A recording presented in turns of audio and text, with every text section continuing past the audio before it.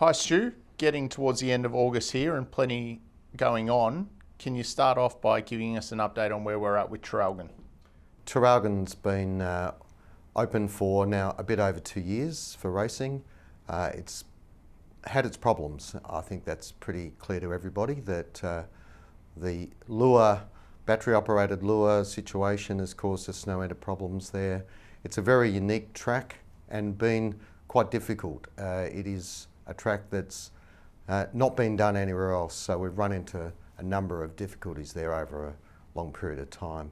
Where we're at the moment is looking at, well, what would be the future of a racetrack at Traralgon vis-a-vis maybe a trial track at Traralgon. We understand that the pressure in the Gippsland region for racing and trialling has been ongoing for some time, with also the closure of Cranbourne.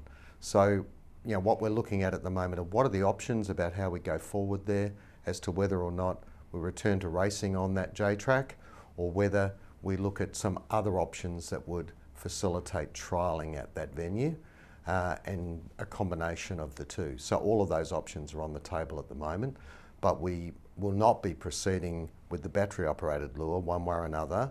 We will be looking at putting in a conventional cable lure if we proceed with anything there at Traralgon. So are we at the point now where coming back to Cranbourne is a viable option? Yeah, well, as a result of what's been going on at Traralgon and also some ongoing discussions with the Cranbourne Club, we're really reigniting the opportunity to perhaps proceed with the program and the project at Cranbourne. The club is having a further look at the current costings and the plans, and also the access restrictions, so that we can get a better understanding and an updated understanding of what the costs might be. The club themselves is looking at some opportunities for how that could be funded, and even if we do look at the Traralgon scenario, it may mean that we've got some options to relocate some things from Traralgon, which could actually help to fund that project at Cranbourne.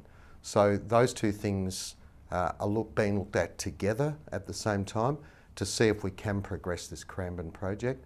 Obviously it requires a lot of things to fall into place, but it's looking like it's more possible than it might have been a while ago. So hopefully we might be able to solve two things at once, and we'll be able to share a little bit more information about that in the future.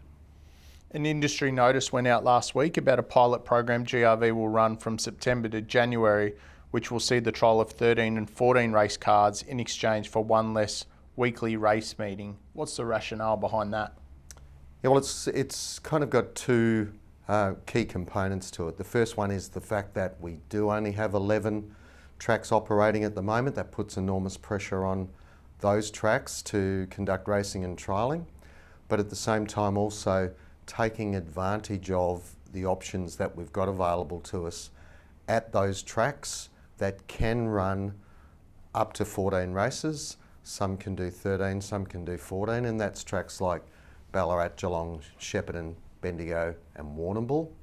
So the second component of it is to also optimise our opportunities on Sky and where we're getting Sky coverage, to be able to make sure that we're getting the best out of those race programs. So what it would entail is some meetings would go to 13 races, some would go to 14. So Ballarat, for example, we know we've got a new kennel building that can accommodate 14 races, and we'd like to trial that to see what the impact is on both the racing population, the trainers, the staff and the greyhounds, and wagering turnover outcomes over a period of time that will give us a decent understanding of what that outcome might look like. We're working with Sky around trying to make sure that the envelope or the time period that's involved doesn't blow out, and the idea would be that these meetings would start earlier. We're not proposing to put any additional races on the end of a program, so we're not talking about finishing at 11:30 at night. If anything, the worst scenario might be 30 minutes added to a race meeting. If we can condense the schedule in a night, and that's not always going to be possible, but it will work with Sky to try and make that occur. And if we can do that, it helps everybody to try and make sure that we get the best possible outcome out of this. So hopefully, and it's all subject to nominations, of course, as to whether or not that'll occur. How is wagering looking at the moment? Well, the good news is that things have improved slightly over the last couple of months in particular, and since the beginning of this racing year, we're actually seeing some positive signs of a return to growth. I didn't think that that would be likely, and it's happening a little bit more quickly than we would have expected. There's a few things going on. We've worked with Sky on trying to optimise the schedule again and making sure that we take advantage of wherever we've got opportunities to get our races broadcast on Sky One. So that means we're flexible around the program, and we've also been working with Sportsbet about trying to put our races in the key times, and some of those changes have actually been working. So we even, in the last couple of weeks, in fact last week, we had our best turnover results since Melbourne Cup week last year. So that's really encouraging. We've got some green shoots, but it is happening as a result of a bit of a change of the program, but I think the overall wagering market environment is improving slightly at the moment as well, so that's encouraging. And we're seeing some recent media coverage about proposed federal government gambling advertising reforms. How is that likely to impact greyhound racing?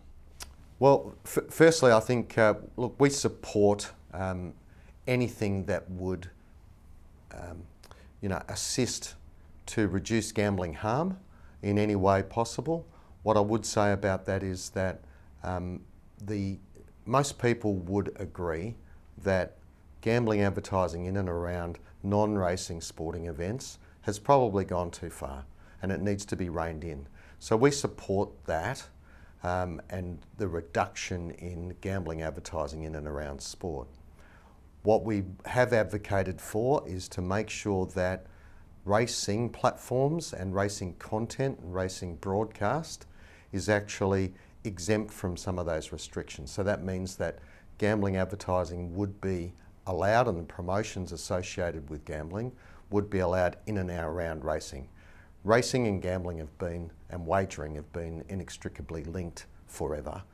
You don't stumble across racing and not expect it to be about wagering. So those racing programs can include wagering promotions and offers for people over 18, and it can be offered responsibly, and we think that it's important that we get a carve out for that. Nonetheless, any reduction in advertising and promotion overall could have ramifications for racing and all three codes of racing, in that anything that actually does impact the ability to promote wagering and would have an impact on turnover to some extent.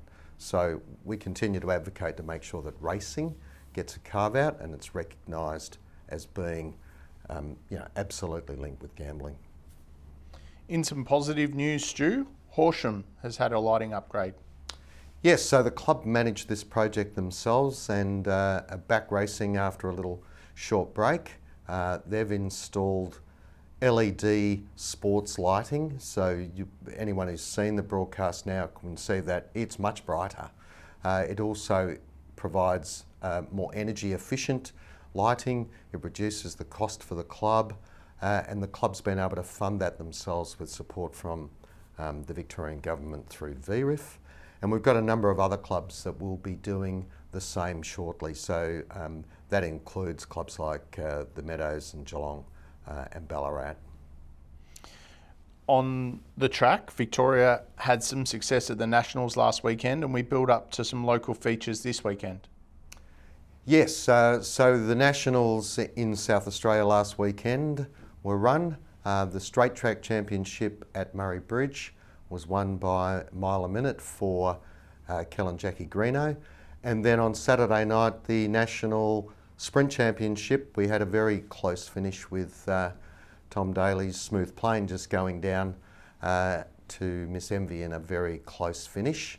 And then, of course, from there we go to the Meadows this Saturday night for the heats of the Top Cap Video Distance Series, and then to Hillsville on Sunday for the heats of the Sportsbet Hillsville Cup.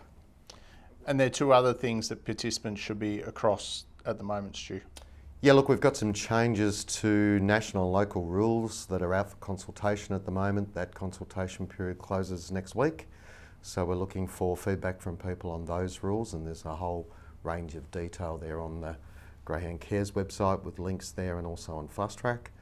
And then the other one is that we've announced a moratorium on the requirement to carry and bring to the track both Greyhound ID card and participant ID cards. We want to trial this for a period of time to see what the impact is.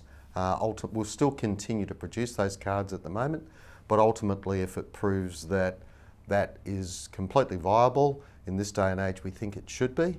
And then we'll look at whether or not we just completely discontinue the requirement to have those cards.